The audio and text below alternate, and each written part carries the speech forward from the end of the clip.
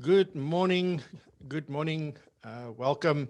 I hope you are all well this morning.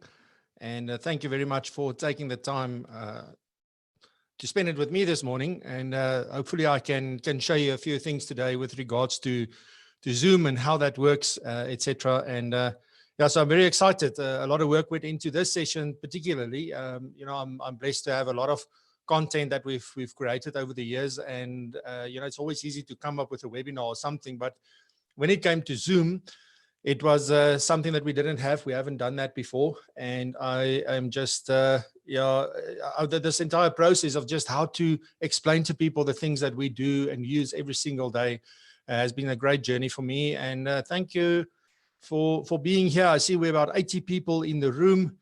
So welcome to each and every single one of you. I can't go through all the names today. There's just too many, but thank you so much. And then on YouTube, we've got 12 people watching live as well. So it's great that we are able to broadcast simultaneously to Zoom as well. And yeah, let's get this entire show on the road. And let me just switch on my video so you can see me. There we are. Good morning. This is really live. I'm a real person.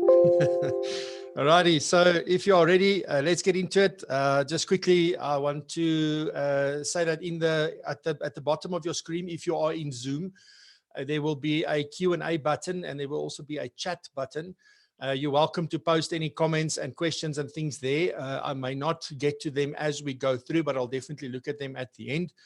And then if you're on YouTube, you can also then post in the comments there. I will also go back to the YouTube live in order to check the comments and see how that goes, or what you've asked, and I will definitely answer them at the end. But interact, and if people have got tips and ideas, when people ask questions, you're more than welcome to do that. Then also, I would just like you to, at the bottom of the chat where you are able to post, you can say whether you want to post to the panelists, which is just me today, or to all attendees. And you would want to set that to everyone, and that you can, so that you can send it to everybody on there. So let me see. Yes, so the settings are correct there. So you're more than welcome. So please make sure that you send your chats so that everybody can see them. Unless you want to make me aware of something that just me need to know, then you can just send it to the panelist. All right. So let's see. So we've got 87 people now in the room. And as far as YouTube is concerned, there are 13 people watching. And on that note, I'm going to get going. Hi, Francis. Sorry, I see on YouTube you say hi, champ. Good morning to you. All right, so let me just switch on to this. Right, let's get going. Thank you very much. Today's session is really about, initially it was going to be about Zoom and just focusing on Zoom. And then I thought but this is actually more than just about Zoom. There's so many tutorials and everything. Thank you. There's so many tutorials and things online that you can go watch. There's a lot of training videos on Zoom's website itself, which takes you step by step. They show you. So there's nothing much that I can do, or there's not much more that I can do than that really, except doing it in my Afrikaans accent. I think that at least brings a little bit of entertainment to the table. But in terms of Zoom, it's really about running a successful virtual meeting. So I adapted as I was building what I want to discuss today, and we're going to be busy until about 9 o'clock, I think. I just want to sort of say that there's more to this than just Zoom. You can actually take what I'm going to teach you today, or going to show and share with you today, and also use any other platform. So I'm also going to be looking at alternatives to Zoom. I'm not going to look at how they work or all of that, but I just want to make you aware of some of them, and then also give you an opportunity to tell us, maybe there are other things that you can also use. All right, so today's session, I'm going to do an introduction. Then I'm going to show you how to get started with Zoom. How do you register? How do you get it onto your computer, on your phone, all of those good things. We're going to take you through the Zoom interface and all the controls and how everything works, particularly from a meeting point of view. Because some of my things that you'll see on the screen may not be applicable to you because I've got a webinar set up, but I'm going to show the Zoom interface and how it works and how you use the different things in the meeting. Then we're going to look at how do you schedule meetings, how do you join meetings, and all that good stuff, particularly on Zoom. Then I'm going to look at how do you run a successful virtual meeting. So I'll be looking at best practices. I'll be looking at, what do you do before, during, and after the meeting. And those are just some ideas and things that we have been doing as well. Then I'm going to give you some additional resources that you can go and download. So make sure that you stick until there, because I'm only going to be sharing the link closer to the end. But there's some additional resources that I've put together for you that you can download and use in your practice. And then we'll be looking at some Zoom alternatives. So let me just, so I can see what is going on here. There we go. All right, so let's get going in terms of the introduction. So when we talk about virtual meetings, we've been doing virtual meetings since forever, since the telephone was invented. We've had virtual meetings, so it's not a new concept. I just don't think that people do tend to link the thought of a virtual meeting more to a online kind of stuff. So doing it via the internet. But a virtual meeting is basically any meeting where people are not together in the same room, or they're not face to face, to make it easier than that. It can be a teleconference. For years, we did teleconferences. When I was on the committees with the FBI the last 3 or 4 years as well, when people that was part of the committee was situated all over the country, and we did these calls, via the telephone, and we would 1.5 hour and 2 hour meetings on the telephone. Kind of thing, I would have, if you look at my ears, one is flatter than the other one, I think, because of the amount of time that I had to keep the phone against my ear. But anyway, so these days it's more of an online space. And the reason for that is that we can actually now see one another online, and particularly with fiber and LTE and 5G and all these great technologies now becoming available in South Africa. I mean, my whole life changed the moment we got fiber. So last year, August, the thing happened that I've been dreaming of for years, because I watch what people are doing, what one could actually deliver to clients in such an easy and effective manner, if only you had the required broadband.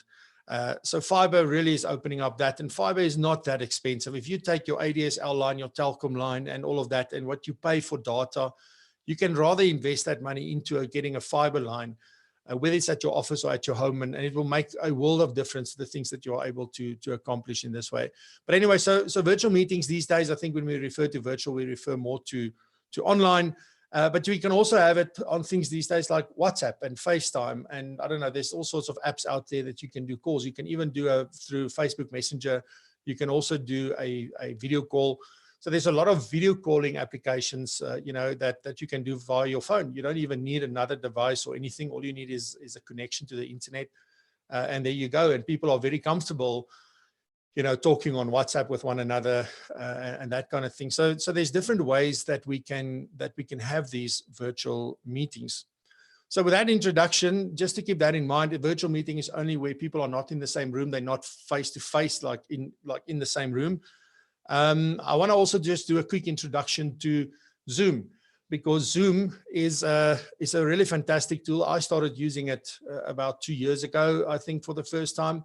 And it was really just as an alternative to Skype, because I was battling, and I started doing research, and Zoom was the name that kept on coming up. So I registered and then started using it, and my experience, and at that time I only had a 4 meg ADSL line. So I was like, wow, this is just, this works. It's not choppy. I can share things. I can actually, I did a webinar on expat tax that we did with a 4 meg line and Zoom, and it worked, without any issues. We've used other webinar software before where it just didn't work. So Zoom, and the thing that makes Zoom different, by the way, before I get into this, is that all the processing and everything happens on their side. So it's not, you don't need the most powerful computer in the world to run Zoom. You don't need, the highest, you don't need 100 meg or 200 meg fiber line in order to do this. It just works. And, even now with people, obviously everybody's flocking to Zoom because everybody is promoting Zoom and saying that this is the platform to be on because of all those things. And there's this worry that, they will overwrite this, or that the system will just be, I don't know how to put that, but I guess you get what I'm trying to say. So that there will be too many people in the system, it will take strain and it will fall over. But if you think about how things work these days, most things are now on virtual service. So it's literally the click of a button and there's more capability, there's more processing power, there's more space. It's totally different from a few years ago when you had to have your own service in your own building kind of thing. So you look at things like AWS, so Amazon Web Services, even Google has got their cloud platform, Microsoft with Azure. So there's a lot of technology out there that makes things safer and that can actually take a lot more than what they anticipated. Or if there's quickly a lot of people getting onto the system, it's easy to upgrade without having to go buy things, install them, set them up, and all that kind of stuff. So Zoom is really everything that you need. The things that we maybe need in if you're running a practice or you just want to have client meetings, you're more focused on the meetings part of it. But the other things that it does is video webinars. So we've been doing all our webinars the last year on Zoom, as I'm doing today. So that is an additional add-on. So if you want to have meetings with groups of people and they need to be able to interact, etc., that can be a good option. I'm going to take you through all the limits and everything for the different things.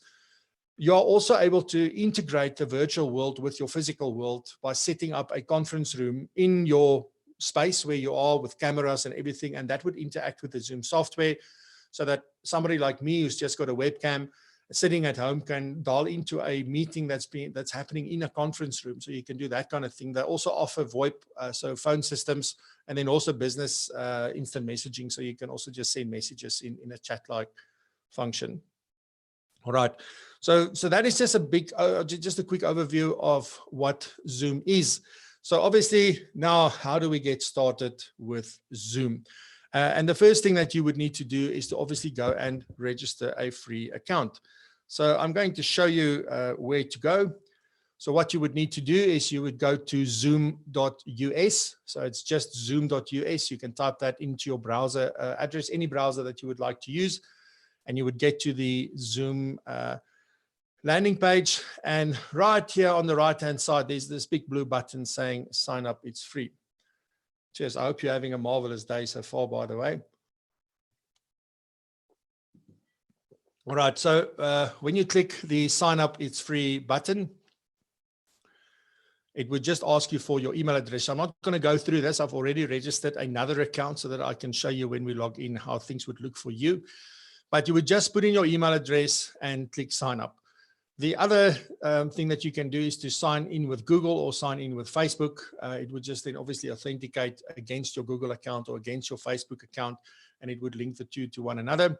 I prefer always to use my email address to sign up to sites because I can then manage that better, in my opinion anyway. So you'll just put in your email address, hit sign up. Then you will get into Zoom. They will ask you then for more info, or they will send you a link actually. So you'll get a link on that email address that you need to click. When you click that link, it'll open up a screen where they ask you now for your name and your surname and one or two other things. And then you don't need to input any credit card details or anything like that. It is just basic information that they want in order to start set up your profile. All right. So let me go with the account that I did. So maybe I should, let's just do this. I'll sign in quickly.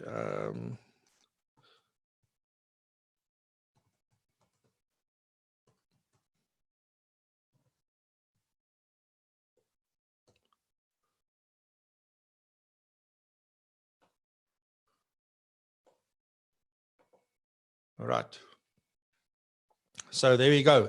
So once you've signed in, you will land on your accounts page. And the way to get to your account page, if you're anywhere else, is just to click on your little profile here on the right-hand side. It'll bring you to the screen. And there's a whole host of things there on the site, but I'll come back to that. Then, yeah, so let's have a look at your profile. There's a few things that you can see here. So first thing is this menu on the left-hand side is important, because this is where you can access your profile details. So I'll show you everything here that you can change. Then your meetings, your scheduled and upcoming meetings, and to schedule a new meeting, you'll do from there. Then also, if you had webinars, you would have access, but you wouldn't necessarily. So webinars and recordings are not really accessible for you, except for the offline recordings. I'll talk about that. And then the settings. So settings is important because you can set certain defaults there, so you don't have to go and do it every time you schedule a meeting. So if you like things like your camera not to be on and for the mic to be muted whenever a meeting starts automatically, then you would go and set it there so that that doesn't happen, but I'll take you through that in a second. So you've got your profile here. You can change your picture, and I would obviously encourage you to do that so that it makes it more personal. What you want here is like, we shouldn't be losing the human connection when we work online or virtual. We should make it as just natural as possible. So if you've got a nice picture of yourself, please don't put your logo on there. Put your face on there, because people connect with people. They don't connect with logos. So if they're going to be having the meeting with you, make sure that they can see your face and they can sort of smile when they say, oh, there's this person. Make sure that your name isn't something funny and that it's spelled correctly. You can click here on the edit buttons here, or the edit links here on the right-hand side. You'll see that to go and change any of this. Then your personal meeting ID. You won't be able to change this ID if you have a free account. By the way, what we've done now is register a free account, so you can use Zoom forever for free. And I'll talk about the free plans versus the paid ones in a second. But this code you cannot change. This code they will give to you. If you've got a paid account, then you will be able to set your own meeting ID. And then there's the link directly to that ID. So anybody that's got this link can get into that meeting automatically if you allow them to join before you do. All right, so there's the sign-in email. This is the email account that we chose. And there's also some linked accounts that I've got set up. So you would click on the edit button to go and change that. The user type will show you. In my account, it shows Pro. I've got the first paid tier there. And then this one is basic. So it means that it's the free plan. You can also upgrade from here by just clicking on the upgrade button if you feel that that's necessary. But I'm going to talk about that in a second, and then you can decide. I mean, if I didn't want to do these webinars and things, I would never have gone the paid route because I never really had to do that. So I'm going to show you how you can use Zoom for free forever, actually, if everything that's in free satisfy the needs that you have. So it just indicates your language. And then this is very important, the date and time section. Please make sure that you choose the correct time zone. Why?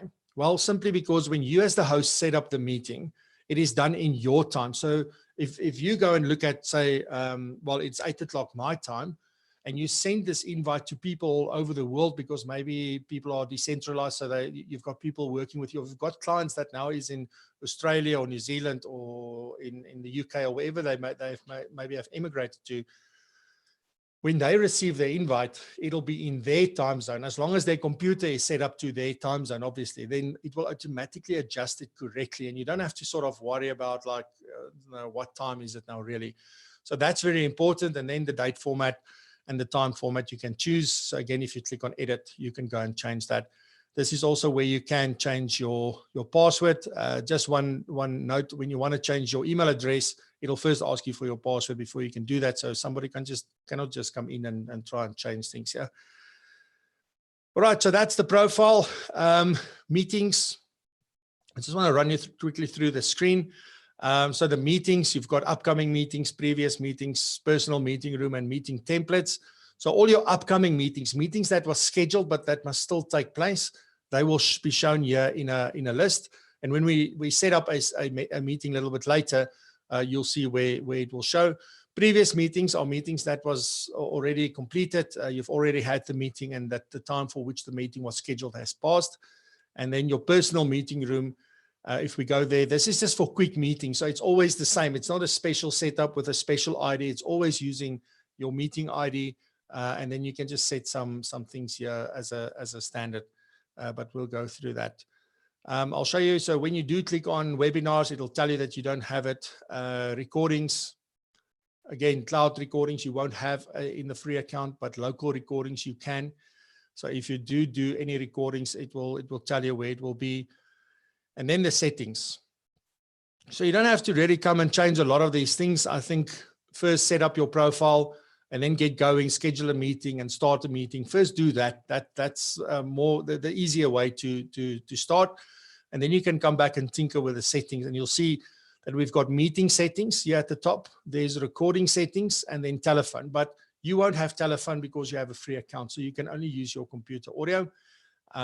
You can get those add-ons if you want people to be able to phone into your meeting via telephone traditionally as well.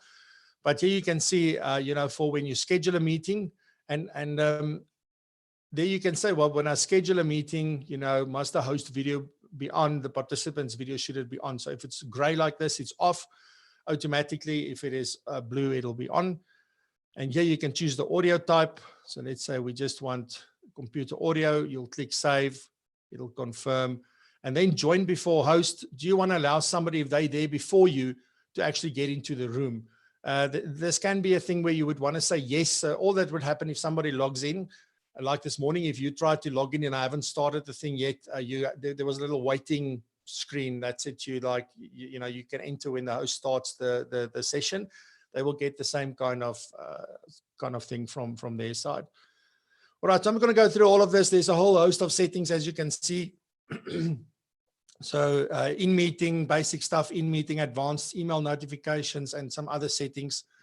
I actually go through them. Excuse me. I actually go through them using some of the things I'm going to give you in the additional resources. All right, so that is then the profile page.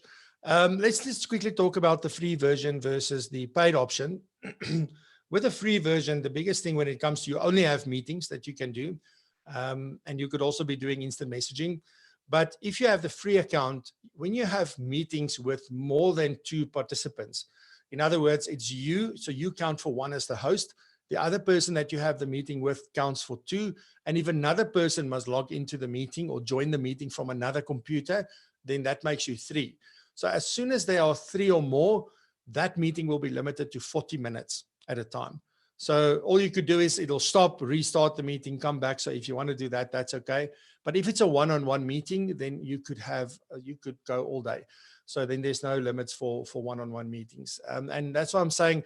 And also, I mean, what you could do is, if you have multiple people that you need to meet with, if they can be in one room and then it will still be one. It depends on how many people log into Zoom or into that meeting, how many of them actually join that meeting. So if you look at the paid option, it costs $15 per month to have the pro account, to remove that limit if that is what you wanted to do. It also opens up, it gives you a gig of online recording or cloud recording. And there's a few other things that you get with that. I think it's only really necessary if you want to have meetings with people from all over. So like we have a weekly meeting with people with 3 or 4 people that sit in different locations. So I would need that to be able to do that, because those meetings often do run over 40 minutes. So that's the one thing. And then the things like there's a whole host of add-ons that you can buy. So I've got a webinar add-on that's quite expensive. That was $40 a month. So you're looking at $55 a month if you want to do live broadcast and events and things like that as well, because you have to have the pro account in order to get the webinar add-on. And so that's about, I don't know now with the rand now, but it was about 7.5 at the time or 8,000 rand for the year when we got it for the first time. But yeah, so you really don't have to go the paid route unless you have to, and all the details are really in there. All right, so then also there are one download at least that one would need to do if you start using Zoom. The lucky thing about this, and even if you scroll down, you can see I'm still logged in. Whether you go to the zoom.us homepage or whether you already logged in, if you scroll down right to the bottom, there's a download link here. Now you can actually go directly to meetings client, but I just want to show you, if you click on download, it'll give you a whole host of things that you can download here. The one that you want to download is the very first one that says Zoom client for meetings. That is the one that you can see here. This is the version, so you can just go download. It will download it to you. It'll come and sit here, usually with most browsers here on the top, on the bottom left-hand corner. Once it's done downloading, you click on it. It's a very, very quick install. There's not a lot of things to click on and to confirm. And then it will install that, and then you're ready to go. So nothing else to set up or anything. Once that thing opens, you sign in with your details, and there you go. So I'm going to show you that app as well as we go through today. But that's the one thing. And the nice thing about it is, if you use Zoom and you don't have the application installed, it will actually prompt you in the browser, and I'll show you that when we join a meeting. That it will actually ask you, if you want to download the client if it's not there. So when you have a new client that you want to have this meeting for the first time and they've never used Zoom before, they will definitely be able to download and install that. But it's as simple as clicking on download. It goes down, click on it to open it. It will install, and Bob's your uncle, and there you go. All right. So let's go back. Then there's also apps available for all smartphones. So Android, Windows, and then what's the other one? iOS, iPhone. I'm a big iPhone person. The apps work on tablets. It works on your phone. It's really intuitive. It's easy to use. So even if you've got clients who don't have a PC, you can still have these meetings via Zoom with them on their phones. And I'll tell you why it's so important to be able to do this, because one of the features that you can use in Zoom is to record the meeting. That's the problem with things like WhatsApp and Messenger and those things. You can't necessarily record, or you would need an additional app in order to record that. So recording is built into Zoom, and that's important from a compliance point of view. So when I get to the other stuff around best practices, I'll talk about that as well. All right, so let's get into Zoom and the controls.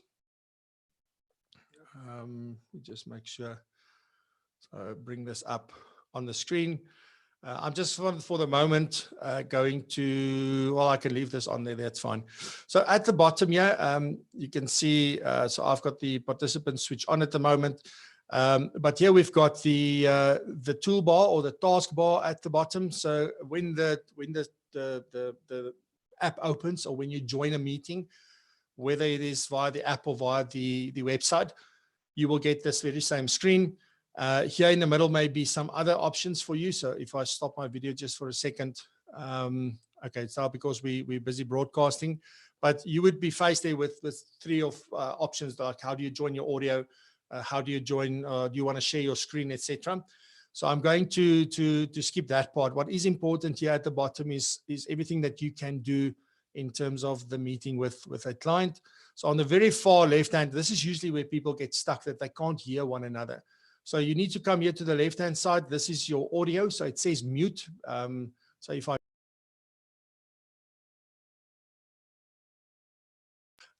so let me unmute.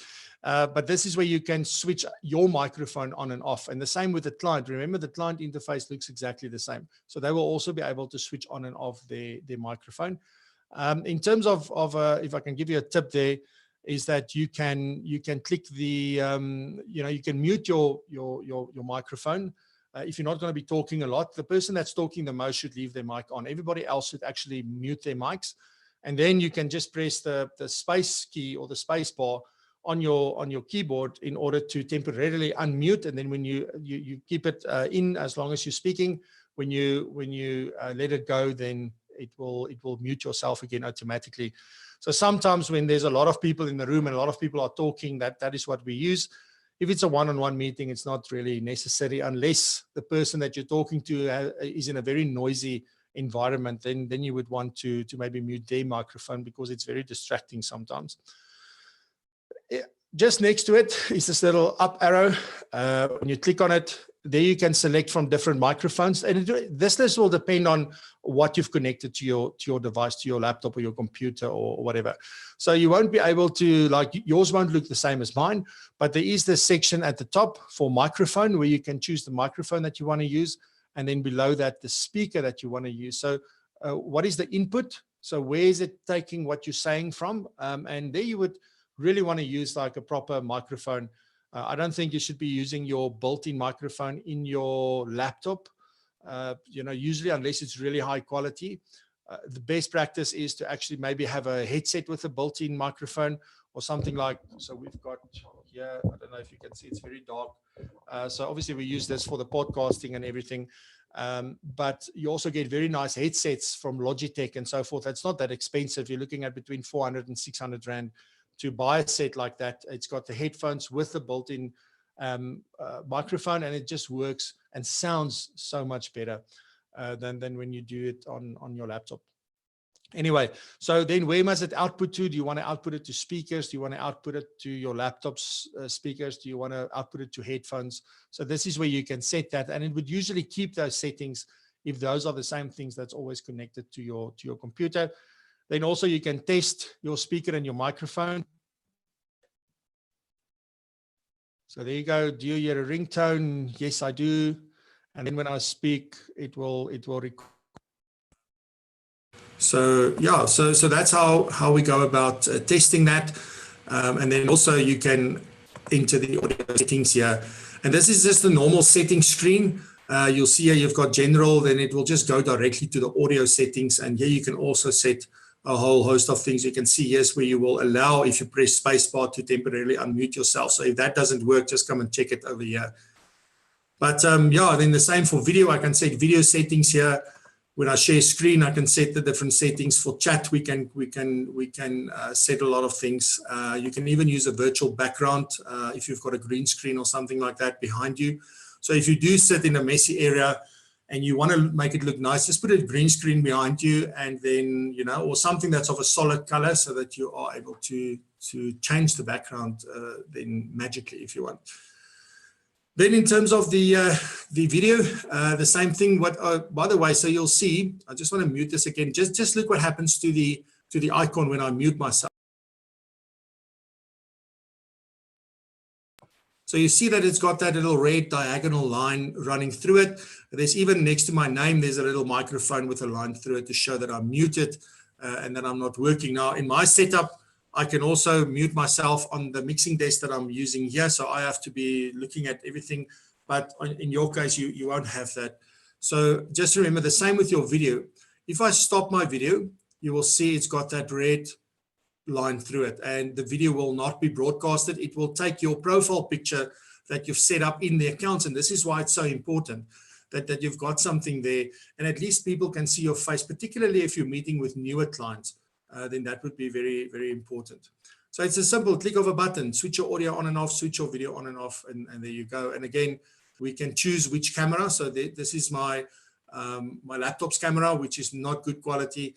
Then I've got an external webcam from Logitech, which is brilliant. If you can get a C922 Pro, get it. It wasn't, well, I got it on special for 1,200, but I think they're usually about 1.8. I promise you it is worth every cent. The quality between the two, let me see if I can switch. If you look at that quality and how that looks versus using my webcam, you know, it's a massive, massive difference. So the quality of your webcam is very, very important. And also just one bonus tip, whenever you start, before you start a meeting, or at least once a day, just clean the webcam lens so that it's clear, because there's dust particles and all sorts of things that get getting stuck there, and then it's a thing. All right. So next up, we've got participants. So here you will see who is in the meeting. Now with me, it looks obviously a little bit different.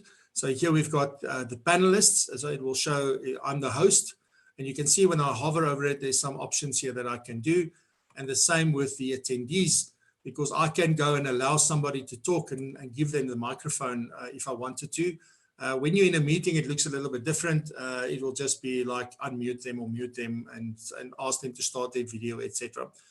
So that is the thing with participants. Then here at the bottom, you've got a mute all, unmute all, and then some more options that you can choose here. So usually when you see a little more option, you can control, you know, the defaults for the meeting, what you will allow and what you won't allow. So those kind of things you can do. Mute all the participants, their microphones will be muted with a click of a button, and you can unmute them again with a click of a button as the host. So as the host, you'll be able to see this. Your client won't be able to see these buttons. Then Q&A. So this is only something that you'll have in webinars. So I'm going to skip this. I'll come back to those. Thank you for the questions. I'll come back to that. Polls is something that you could do in your meeting as well. You set them up before the time. I don't have one set up at the moment, but you could set up a poll for the meeting, and then you could send that poll to them and say, please click here. Now that's pretty great if you want to ask them, you know, how would you rate your experience with your previous advisor, or if you want to sort of establish something, get some form of feedback, you can ask them to do that, and you can get that live. So polls is something that you could use. I wouldn't use that as a beginner. If you're just starting out with doing virtual meetings, the less things you have to focus on, the better. Focus on the client, because I think if you're going to be focusing on the technology, you're going to lose the connection with the client. And I'll talk about that in a second. Then share screen. So I am sharing my screen. I'm not sure if I can show you that at the moment. If I'm going to click that, so I don't want to do that. But when you click on that share screen button, it will give you a whole host of options. So I'm using two screens. I've got my laptop screen, and I've got the screen in front of me, which is a second monitor connected to my laptop. Some computers can have three, depending on the setup. But you'll be able to, every single monitor or every single screen that is connected to your laptop or your computer will be there as an option to share. So I can choose to share a particular screen. And that is great, because and I'll show you when we end, like I'm using a clean desktop for this big screen that's right here in front of me. Because you don't want a whole host of files and folders and things there on the screen when you're working with a client. It must be clean. There must just be a background image and nothing else. So by putting everything that you want to show, like I've done here, so I've put the Zoom screen that I want to share with you, that's on here. The slideshow is on here. So anything that I bring up on the screen, you'll be able to see. Then there's also an option where I can just share a particular application. So I could have chosen just to share the PowerPoint presentation. In that case, when I bring up the Zoom screen that you can see at the moment, you won't be able to see it, or the client won't be able to see it. Even though it's sitting here on my screen, you won't be able to see it because of you only shared one particular application. So that's also great. At the top of the sharing screen, there will be basic, advanced, and files. So if you have the advanced file in the middle, if you go there, that allows you to share a particular section of your screen. So you can do that. That's pretty cool. You can also, if you've got more than one camera connected to your computer, you could also use a secondary camera to do certain things. So you could have a camera on let's say if there's multiple people in the room, you could have a camera on one thing and another camera on something else, and show both of those, or share the other screen, whatever you want to do. And then also you can share files. But when you share files via this share option, it'll usually, because it integrates directly with Dropbox, OneDrive, Box, and Google Drive. So what it will do in that instance, it will share the links to those files that you want to share. I'll show you now when we get to the chat that there's a way to share the actual file directly with people in the meeting. All right, so that's your share function. So you can really do that. And there's also a whiteboard function, which is quite cool. So let me just see. I don't think I can do that from here. The other thing I can do when I'm sharing is that I can annotate, which is very cool. So I could actually be writing certain things here. And obviously I only have a tracking mouse pad. But you can be writing on the screen. And in the same way, there's a whiteboard that you can share where you can type and you can draw and you can do all sorts of stuff. So you can even link your iPhone and your iPad to Zoom using a little app connector that they've got. So it's easy. Whenever you want to use it, it'll say, oh, install this. And then there you go. They tell you exactly how to connect it to. And you can then share your iPad screen if you want to write with a pen on there. Not a real pen, a stylus. Let me just use the right terminology. Otherwise, I'm maybe getting somebody complaining that Francois, I wrote on my iPad and now I can't come off, or I cracked my screen or something. So let me just do that. All right. So let me take that off, and then we will stop the annotating. All right. So that's the share screen. So there's so much that you can do in order to make the meeting interactive and still show people what you are talking about. Because it's sometimes difficult explaining something to someone when you are showing it to them. And then how much more is that if you can't show them? How much more difficult does it then become? So you can really make it interactive. They can also annotate, because they've got the same kind of, you can allow them to do the same thing. So you can really make it very, very interactive in that sense. Alrighty, then chat.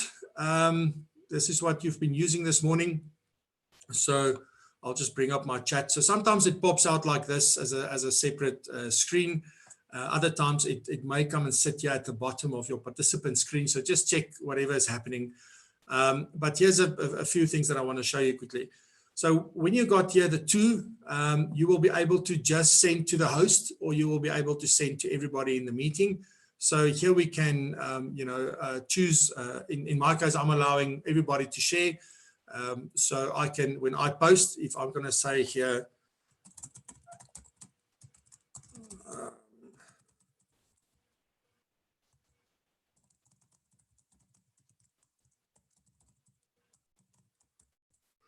you hit enter. Thanks. Okay.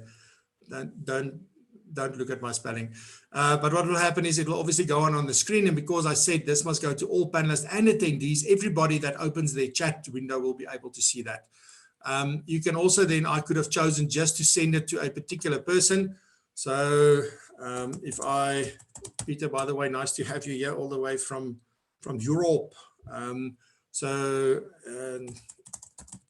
If I want just Peter to see that, if you look at my screen, you can see it. But if you look at your chat, you won't be able to see it, and only Peter will be able to see it. So you can also do private chats, or you can do group chats. Just make sure that you choose the right thing. You type your message, hit enter, and it sends it, and it will show you who it was actually sent to.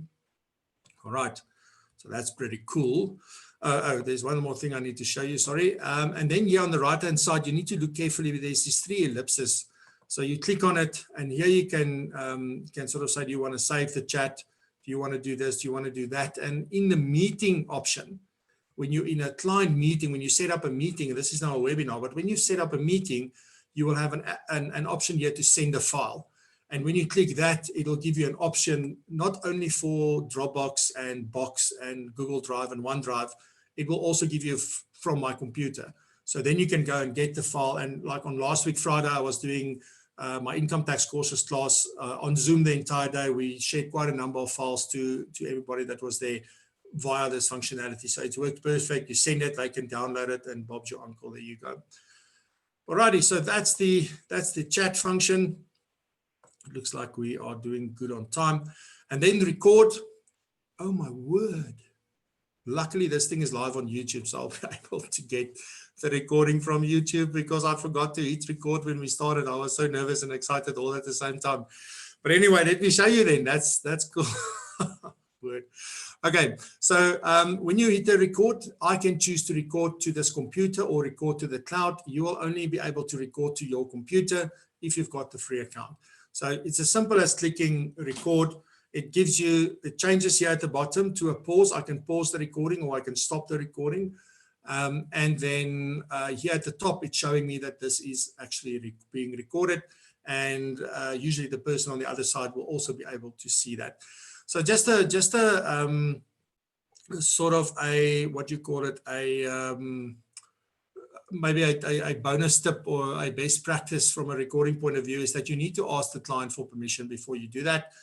Or you need to let them know in advance that you record all your meetings so that they know that they're being recorded. So please don't just, start recording. All right, so I'm going to stop this recording. It doesn't really help me doing that. You'll see when you stop the recording, nothing really happens further. Once you end the meeting, it will then at the end go and create the recording or the video for you, and then save it in the location that you've set up under your settings in your account of where this recording should be saved on your computer. And then it's a normal MP4 file. It also records the audio. You can ask it to record separate audio streams for both you and the person, so you can have two separate ones. And then it also does a combined audio. So it really gives you all of this by pushing one recording button, and that's fantastic. It's just brilliant what you can do.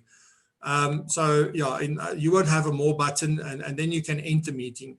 And the client, let's say there's multiple people in the room, they can end the meeting, and then they will get a notification asking, do you want to leave the meeting, or do you want to end the meeting, or do you want to cancel the fact that you said you wanted to end the meeting?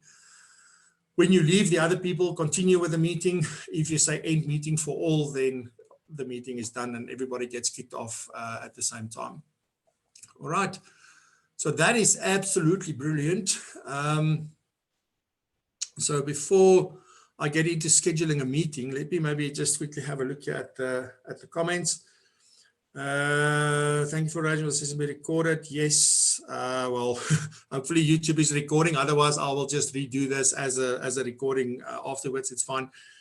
Then Terence, good morning, everyone. Good morning, Terence. Peter Button, morning, Francois and attendees. Greetings from sunny Amsterdam. I thought, yeah, you were in Europe, I remember, but I couldn't remember exactly where. So Amsterdam, I hope you're safe and that things are really going well there. I know Europe has been hit hard with what's going on. Well, everywhere, it's not just there, but particularly, I think, in Europe. And I've seen so many people that's been infected in South Africa when they say that they've been to the Netherlands or they've been to Germany or places like that. So I hope you're safe and thank you for being here. Arnold, hi Francois, why can't I see you or your screen on Zoom? It's all blank, seems to work on YouTube. I'm not sure. It shouldn't be like that. Okay, now it's working, cool. Thanks for this question. On my download, I do not have these buttons, mute and video. Do other people have this? Because it's a webinar, you won't have it today, but when you set up meetings, you will have it. So it's because this is a webinar, you only have Q&A and chat, Peter, so you won't be able to check that as we go through the session because you are in a webinar session and not in a meeting. Thanks, Arnold. I see you responded. Craig, that's a good point, Francois, not faffing with tech while engaging during the meeting. Yes, you don't want to get distracted, and I'm going to get to my best practices, and we're going to talk about that.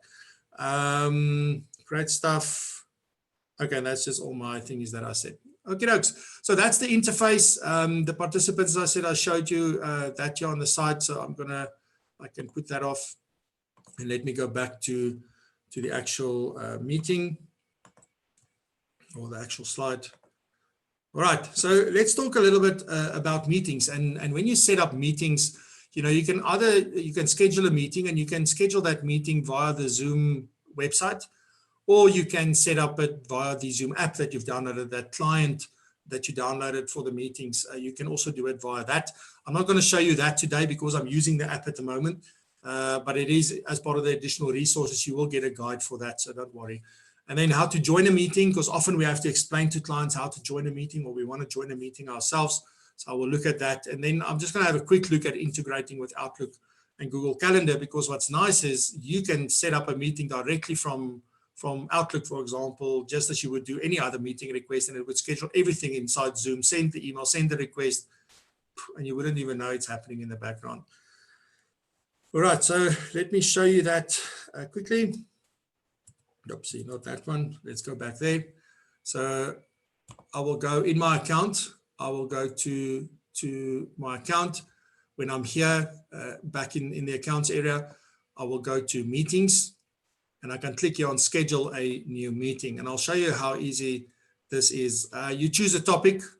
So you can say, let's just say, I don't know. So I would say, let's just say Jana, Francois, and then I would say like annual review meeting, for example, because you want the topic to explain obviously what this meeting is about. But you can't have a whole description there. So what you could do is to add a optional description here. So whatever you want to say there, you can. Here you will go and set when this meeting will take place. So let's just say it'll be happening on Thursday, and then at 10 a.m. in the morning.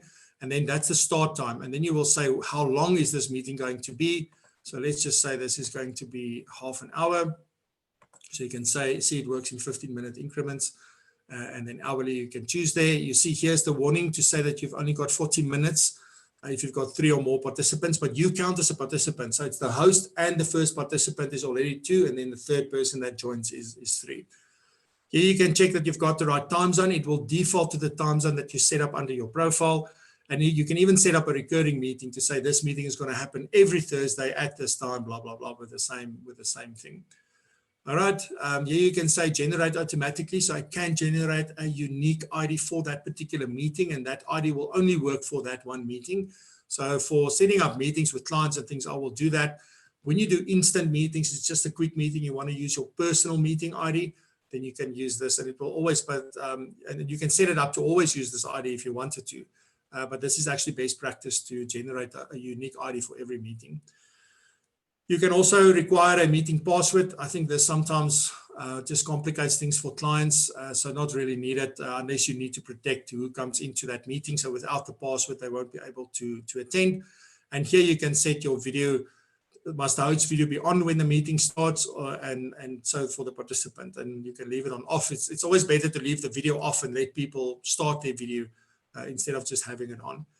And then audio will default, because remember in the settings I changed the default to computer audio, so it's now defaulting to that.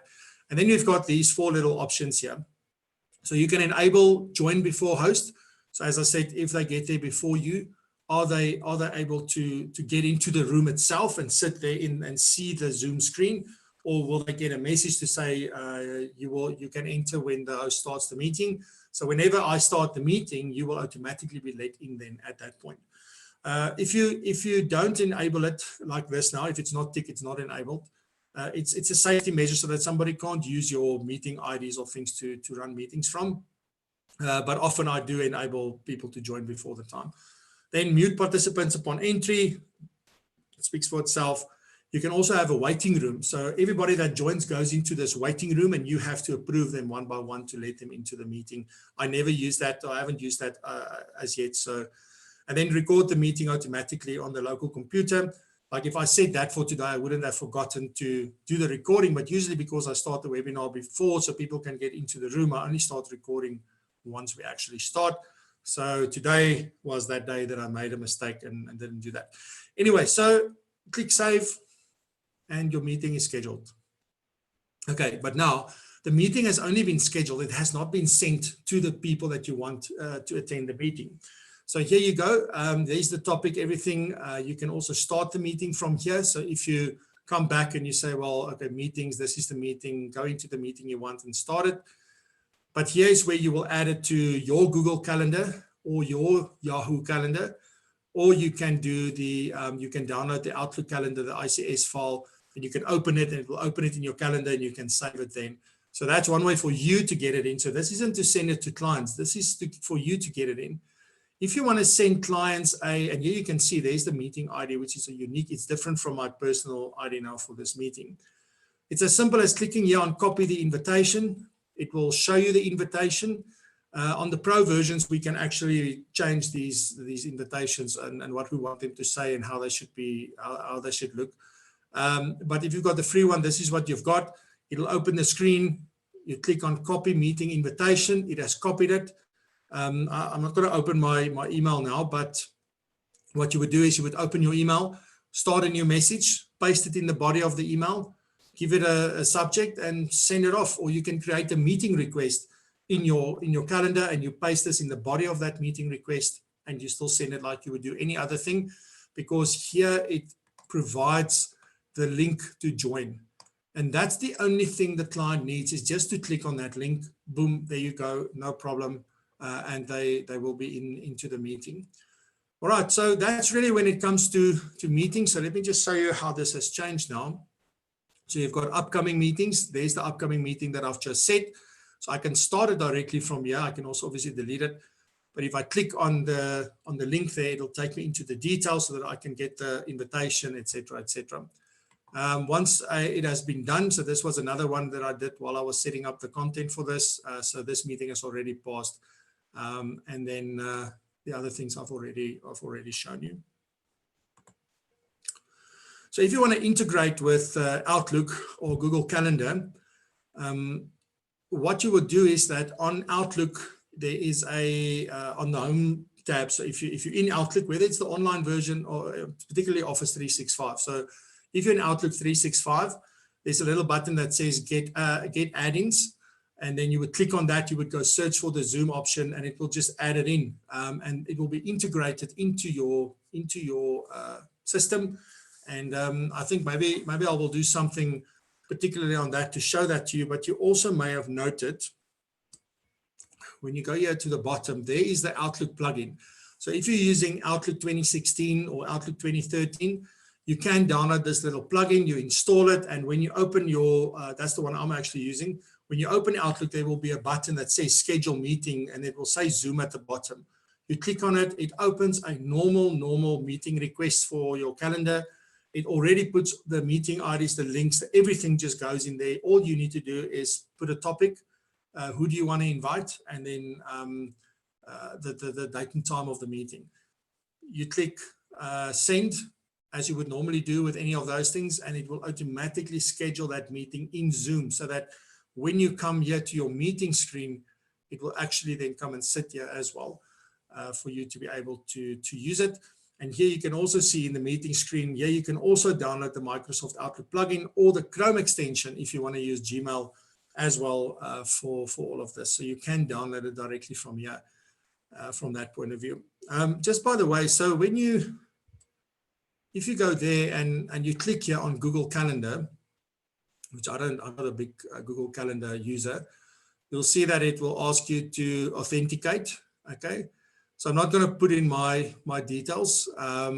So this would be sign in with Google. So you put in your details for Google and you would go next, and it would then automatically sign into your Google account and then link this. It will put this appointment into your Google Calendar as well. So it's a simple click thing. That operation you only have to do once, and then you can continue from there.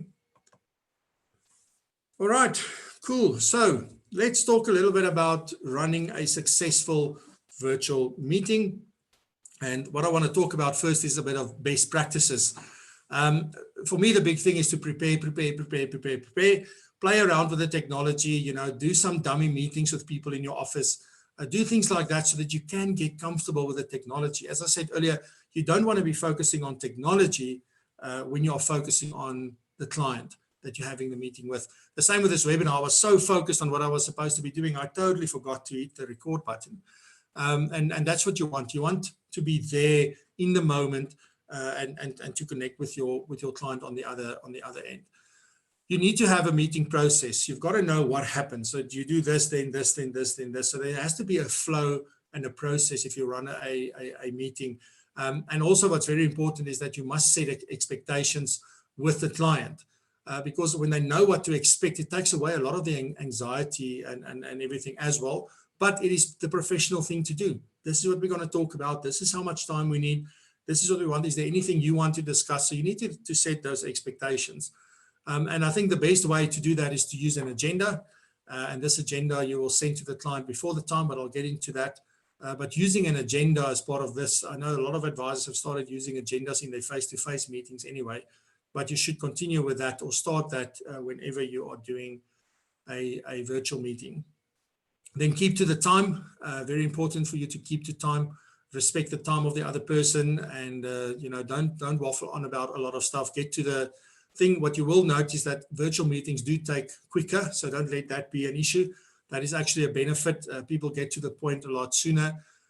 It's not to say that you can't talk about rugby and the family and everything that's going on. But do try and keep to the time. If you said an hour, then let it be an hour, or if it's half an hour, whatever that may be. Make sure that you communicate clearly before the meeting. There's things I'll take you through now, and also then during the meeting and after the meeting. There's a lot of things that you can do in terms of communication. And the reason why you want to do that is to make the experience better for the client. And they say, wow, this is actually awesome. I thought this is going to be so awkward and things, but it actually wasn't. Then important for you, at least, is to use a quiet and neat environment. So for me, the best thing would be is if you've got a dedicated area. If you look at what I've got here, then you would see the background and everything is there. And on that point, I can yes, that is on. So that's cool. But you want it to be as quiet as possible. You want to make sure that it's neat behind you, because unfortunately, if things are messy, then people might get the wrong idea about you, even though you are very competent in what you're doing. And also, it's nice to have a meeting in that environment. You should also be enjoying what you are doing at that point in time. Then a non-negotiable for me personally is using a good microphone. Invest in one. You don't have to buy a 2,000 Rand one. But what you definitely should do is get something that is external to your computer. So use a microphone that is maybe a USB microphone that you can plug into your a USB port, or you get cheaper ones, and you get things that are a lot more expensive. So you can go look around for that. If you want some advice on that, let me know. Or then get a headset, like a Logitech. I love Logitech. I think they've got good ones. If you get a mid-range one for, as I said, between 400 and 600 Rand, then that's a good spot to go for. It's usually a gaming kind of headset, but it's got the earphones as well as the as well as the integrated mic, and those things quality is really, really good. And then always use your headphones. What you don't want is the echoing happening, because when you talk, it plays on the other side, and then that microphone picks it up and it feeds it back, and it becomes this just a mission. So when you use headphones or earphones, whatever you're using, that will then help with that, so that you don't sit with that issue. So you don't need ones like this. You can actually use the ones on your phone that you get with your phone. You know, if you've got something that will integrate with your system that's wireless, you can do that. But it's really up to you what kind of headphones you want to use, as long as you use some headphones. And then fiber and wired connections work best because they're stable. You can sometimes have issues with mobile, and as well as with things like LTE and then Wi-Fi also. If you're too far from the Wi-Fi router, that link can also drop from time to time. So the best thing is if you can plug in directly with a LAN cable into your router, but that is obviously up to you how you want to do that. We've run things virtually here without any issues, but you know, having a wired connection from the host side at least helps a lot with that, although it's not an absolute requirement. So what do you do before the meeting? So you send step-by-step instructions for first-time users. I mean, if somebody has never done this before, send them a step-by-step thing with pictures and everything to show them you do this, then you do this, then you do this. It makes it so much easier for them. You can even make a little video how you show them to join a meeting, because it's very quick and very short. So you can also do that. And it's just that you care. Let's make it easier. I don't want you to be anxious about this, or to have an anxiety, etc. So you can do that. Then you should send the agenda for the meeting at least 48 hours before the time to the client. It gives them an opportunity to also add other things that they may want on the agenda, and they can also then prepare well. If you're going to be using slides like I am, make sure you prepare them before the time. Like, you at least want to show the agenda on the screen maybe to refer back to. But if you want to show graphs, or there's documents that you want to share, all of those things, get them into the folder for that meeting for that client, so that it's easily accessible, and you don't you don't want to be going between folders and things to find things. Get them all together. And you can also use templates to a large degree, so that you just change the information that you need to change. Send a reminder a day before and ask the client if they have any questions or they need any help in terms of this. So all of these things can actually be automated. So it's not something that you have to actually do, but if you set it up correctly, it can be automated. And then I would also suggest that you do a test with the client, particularly if it's a first-time client or a client that's going to use the technology for the first time. You know, let's set up a test, and your assistant can do that if you've got one. Just do a quick, just log in, see this is how it works. Thank you, nice seeing you. I've done many of those, particularly with our podcast. If I do a Zoom, even if it's some people who know, we still do a test. We still check that everything's working, and then there you go.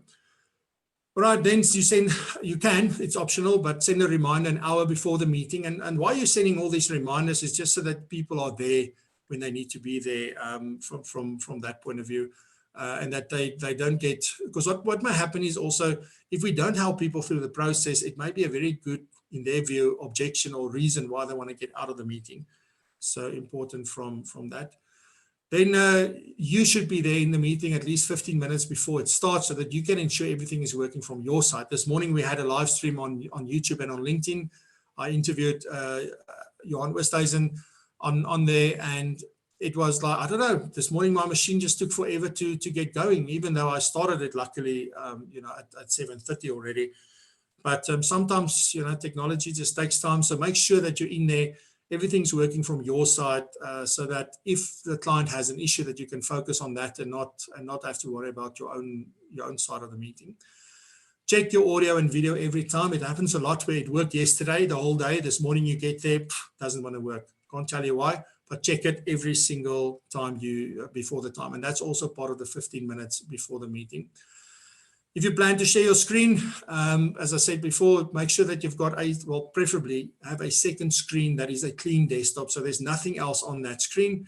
I will show you at the end, before we end, what I mean with that and how that looks. Right, so that's all the things that you can do before the meeting. You can adjust this and amend this and take things out and put things in however you want, but this is part of a process before every single meeting. I see we're running a little bit over time. I'm almost done. So during the meeting, use your video. Do not switch off the video. Sometimes people will switch off the video because they don't have a good connection. And that's why it's so important to make sure that you do have a good connection.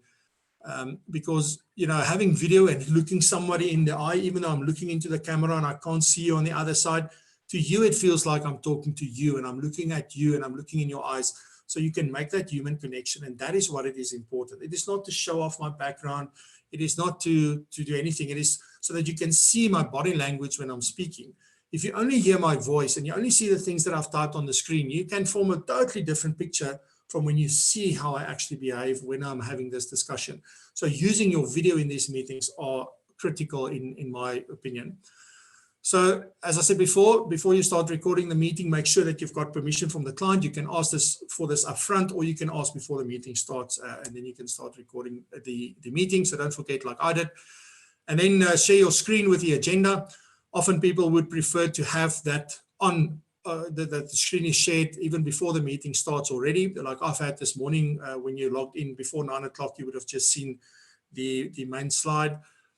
So I don't have to see how I go into my things and get it shared, etc. So that's also something that you can consider.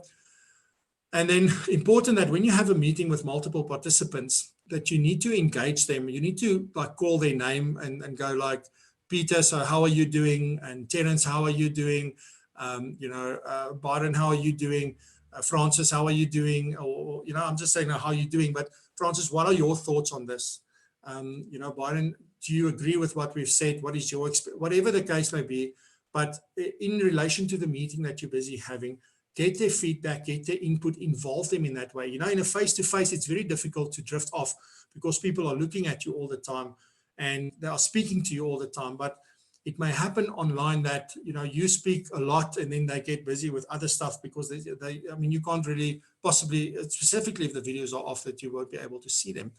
So make sure that you are calling on them in terms of that. Just mention their name and get their input and ask them for feedback and give them a chance to talk as much as possible.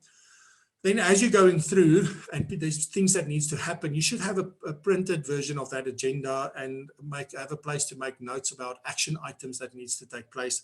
Because at the end of the meeting, there's so much that can happen in a half an hour or an hour that you're not going to remember everything that must be done. And what you don't want is your staff or yourself having to go back to the recording to go and listen what must be done. Write down the action items as they come up so that you can easily hand them off to your assistant or at least get them into your system in order to use it. And then also regularly check with the client whether the pace is right, if you're too slow, if it goes too fast. Different people will have different experiences with these meetings. So important to gauge, where you are. Are you going too fast? I'm not with you. They're not going to stop and say, whoa, Francois, go slower. But if I ask, say, yeah, just maybe a little bit slower, it's fine because I asked. And that's important. So always remember to do those kind of things during the meeting as well. And this is why I'm saying preparation is key, because the better you are prepared, the easier these things become. And when you have a process, it just makes it a easier thing to do. Then after the meeting, send the client a copy of the minutes, the meeting minutes and the action items so that they've got that for their record. Obviously, if you've got the written thing with your notes, the assistant can just type it up and send it to them. The other thing that you can do is to also send them a copy of the recording for their records. This is optional. I would ask the client if they wanted a copy. I think it'll be great if both people have a copy, but that's up to you whether you want to do that. Then something also to enhance the experience of the client is to send them a thank you note, an email or a text, or just a short little video recording, on WhatsApp saying thank you, or a voice note on WhatsApp. Just say, thank you for meeting with me online. If it's maybe their first time, I was so impressed how easily you handled it. It was fantastic. Thank you so much. Nobody's really saying thank you anymore and being grateful maybe to the extent that we should be. And also because we weren't there to bump elbows or shake hands or whatever, just to show them the appreciation by sending them another note just after the meeting can actually go a long way. If you want, this is also optional, but I think it'll be good practice to do that, is to have the video transcribed. There are online transcribing services. Some of them are human. So it's actually people doing the transcription, or you can have automated stuff. The automated things aren't perfect, particularly if somebody's got an accent. And obviously, if you have your meetings in Afrikaans, that may be a problem. But you could have it transcribed and then have that saved together with the video as well under the client files, because you can easily search. Those things are searchable. Audio is not searchable. You can search for the name of the file, but you won't be able to search within the audio for anything that you may be looking for in particular. So that's why having the agenda, having the minutes of the meeting, and then a transcription, in between those things, it'll be easy to actually go and search for things on your computer and get to the specific information that you're looking for. You can save a copy of the recording in your CRM if you remember to record. You could also then save it under the client name in their documents folder. So you can obviously set up those folders in the CRM, and you can go save all of the recordings there so that it's safeguarded. If somebody steals a computer or external hard drive, those things are gone. But at least if it's in your CRM in the cloud, then it'll be available when you get your new computer. And then obviously take the action items, put them into your CRM, create tasks so that things don't fall through the cracks, or whatever process you have in order to deal with action items, make sure that it goes into that process. So that's important. And then also ask the client how the meeting experience was. It's important for us to get feedback from clients, because we cannot make it better unless we get their feedback. And sometimes you're going to get feedback and go like, I put my heart and soul into this, and then like it still didn't. And that's just the thing about expectations and experiences, is that it's important to understand what they want from that point of view. And then once you've got this feedback, it doesn't really mean much unless we implement it and we actually make changes in our process to make it better for future meetings with them, but also future meetings with your other clients. So those are all things that you can do after the meeting.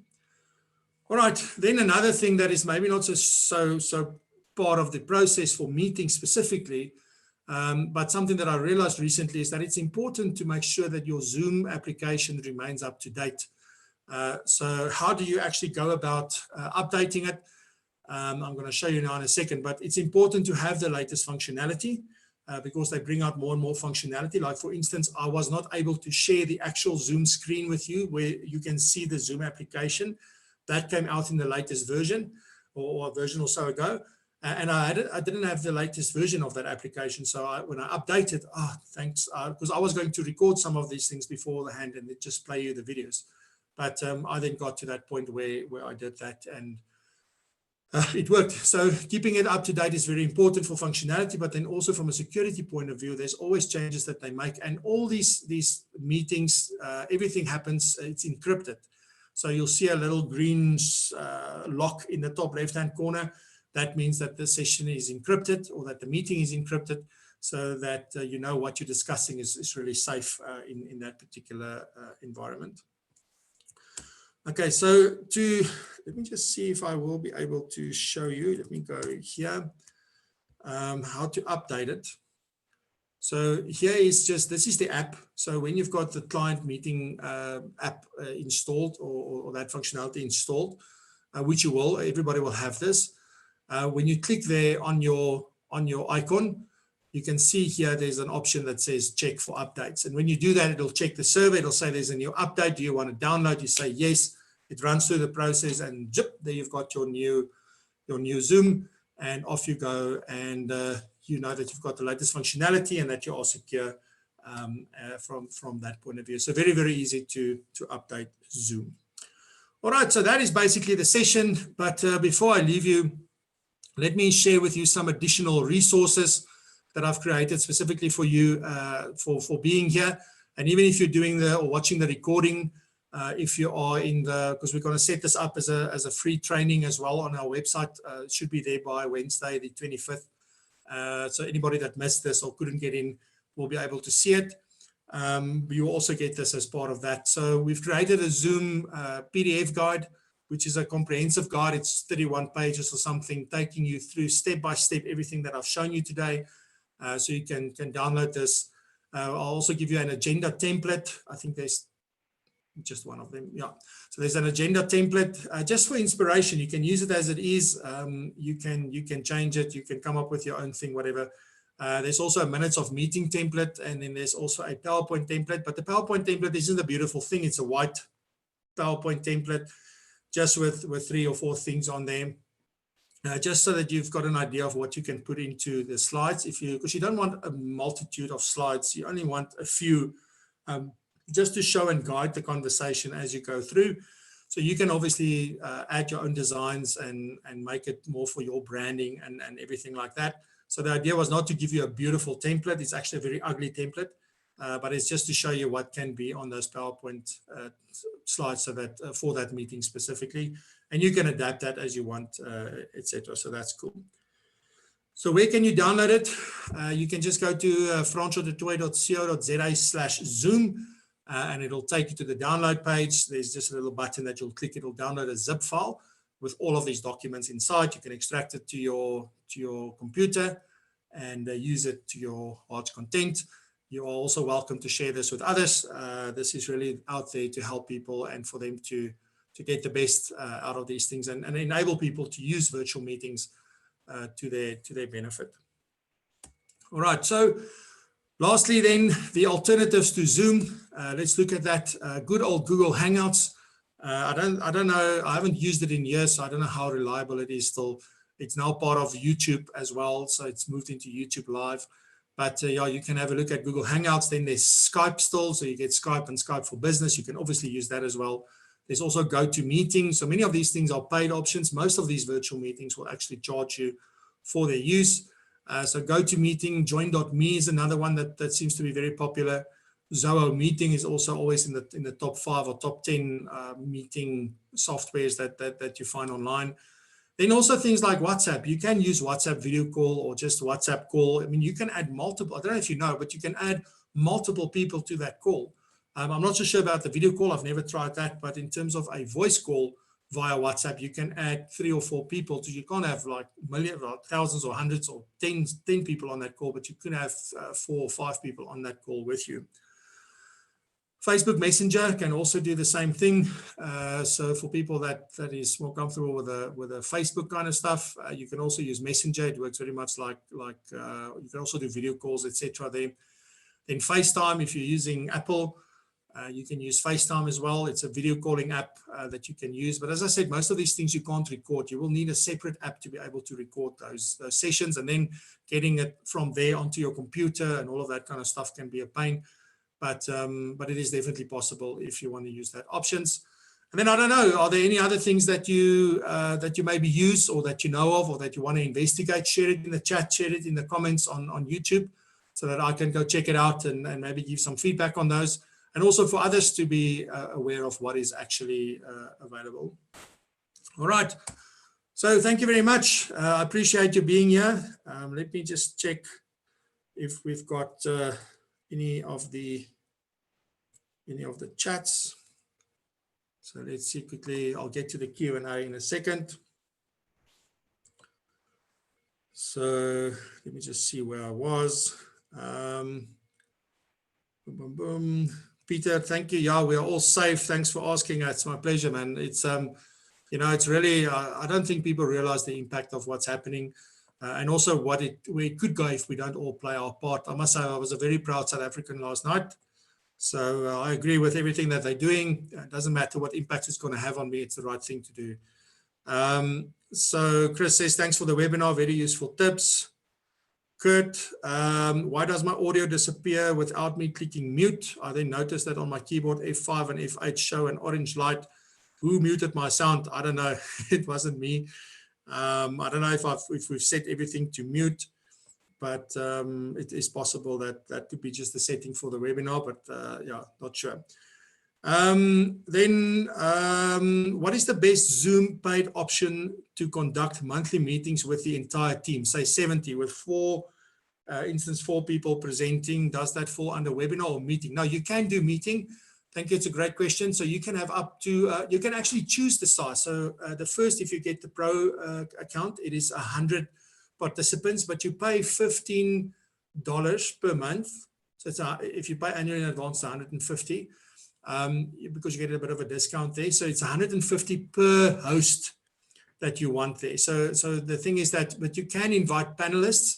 So so the host is somebody that can create a meeting and that can schedule a meeting. So you only really need one host account. then what will happen is that you would, so if you've got that one host account, you can invite people to the meeting, and you can also allow them to share their screen and do different things. And the pro version for $15 a month go up to 100 participants in that meeting. If you need more, there's also 500, and you can go up to 1,000 participants in a meeting, but obviously it gets more expensive for that. So in that particular case, if you contact me and you want to give me more details, then I will be able to guide you into what you should do and how many host accounts you really need or not. You typically could get right just with one, but just depending. All right. Cool. Reward paid option will be good to conduct yes AGMs. So if you've got an AGM, one would need to see how many people would attend such an AGM, and then you can decide based on that. The other thing that you need to decide on is the kind of interaction that you want from them. Then you can choose, is webinar the better thing? Because usually for things like AGMs and events and things like that, the webinar option may be better. But you can also do a lot with just the normal meeting side of it. So you don't really need to get the webinar add-on necessarily. Eddie says, thanks, Francois, for having an online meeting with clients. Do they need to register on Zoom and download the app? No, they don't. That's a very good question. They don't need to go and register. What will happen is when they click the link and it takes them to that meeting, it will open it up in their browser, and it will detect that the Zoom app is not on their phone. So then once you do, once they get that, it will automatically download the application, or they may have a little notification that they can say, okay, download.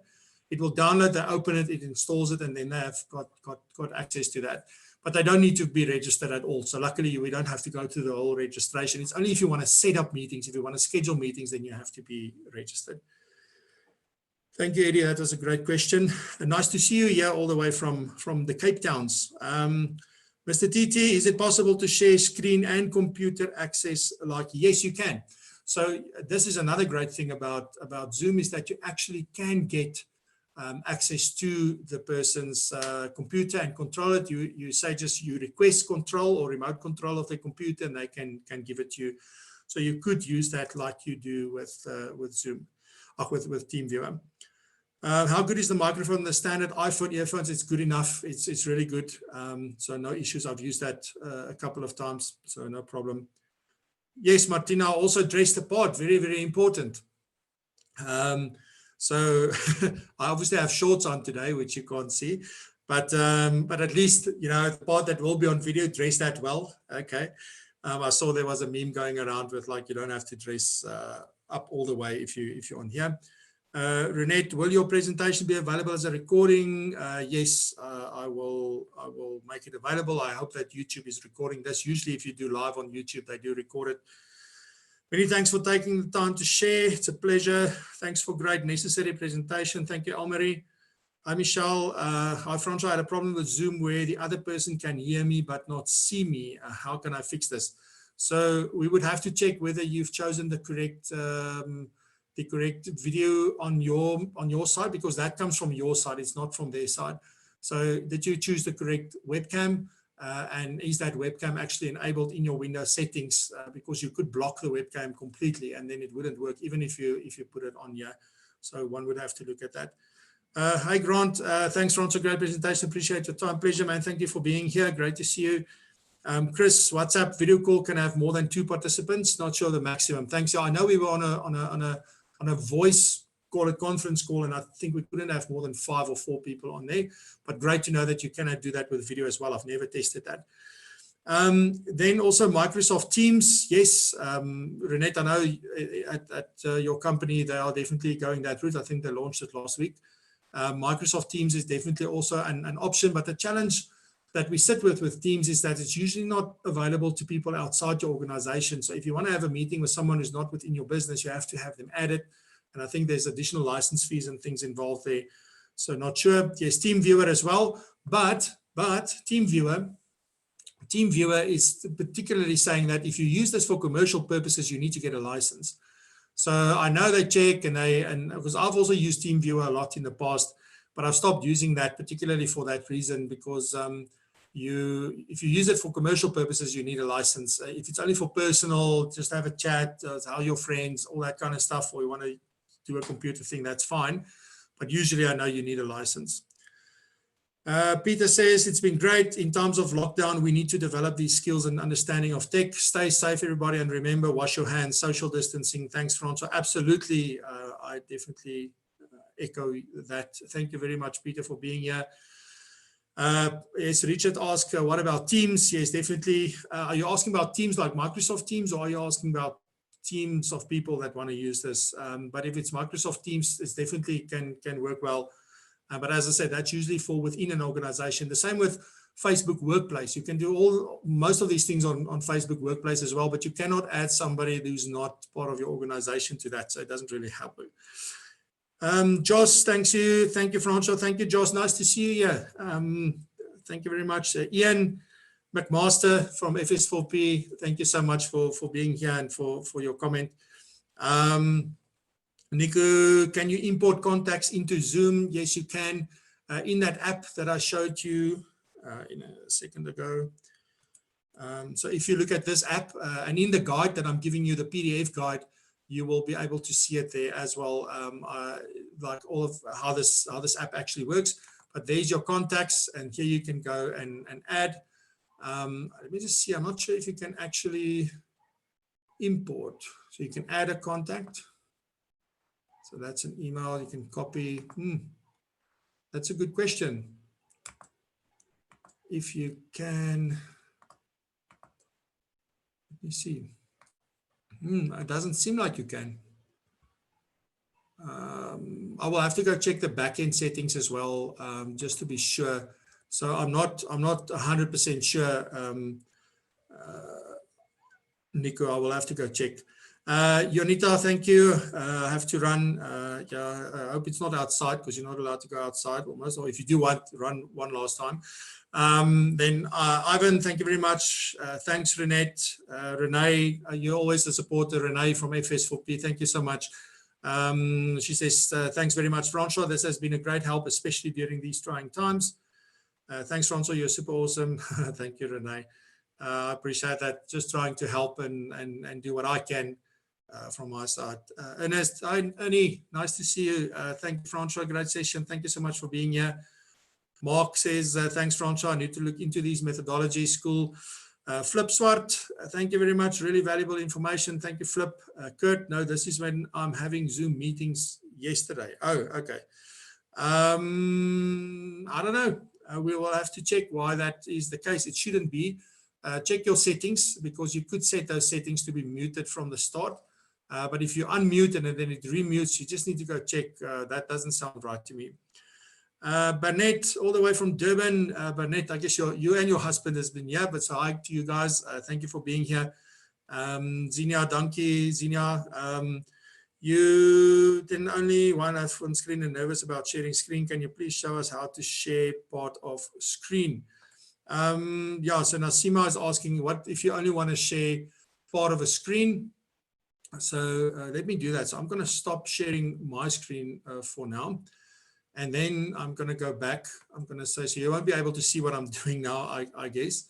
So if I decide I want to share, I will click on share and I will go to advanced and then say portion of a screen. And then I will go share. Okay, and now you can see here, so I can move, it brings up a little block so that I'm able to do that. I can resize this box. So it just brings up a little box to show which part of the screen I actually want to show. So all you guys, you go and share, and then you click on advanced. It's the middle tab at the top, and you go portion of a screen. You go share, and it will open up a box, and you can resize that box to show, and it will only show whatever is inside that box. I hope that helps. Thank you for taking the time to put this together. From incredible, informative as always. Thank you, Rizan. So much, so nice to have you here. Thank you so much. Ron, thank you, Francois, as always, very valuable. Thank you, Nico. Francois, under your profile, you have the option under calendar and contacts. It says integrate with third-party services. Nico, yeah, I'll go check that out. I haven't used that before, but it sounds that that might be the solution to import contacts, or at least connect to other things that's holding contacts on your behalf. So I'll have to go check out. I honestly don't know. Thank you, Theo from Kimberley. Appreciate this presentation. Well done. Need lockdown to play around and get optimal use. Yes, I think we're going to spend a lot of time doing things that we never get time for. Now that we do that, hopefully we'll speak to our spouses as well a little bit more. And Nasima says, really great. Thank you, Francois. Thank you very much. The last thing I need to check is the Q&A. Wow, we've had so much interaction here. So Vili, how do I get contacts to Zoom and how safe is it?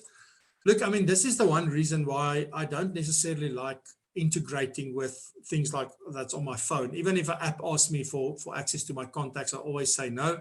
So I would rather add them one by one because it's just safer. It's only the people that are on there. You will see that everything here is encrypted, the HTTPS and everything that they use, so they've got their certificates.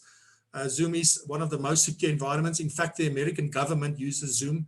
So it's a very, very secure platform. I'm pretty sure if Donald Trump uses that, then, you know, to keep the Huawei people out, it's quite good. Anton Skitter, will we have access? Yes, you will, unless I must re-record this. It might take a day or so, but I forgot to press the record button.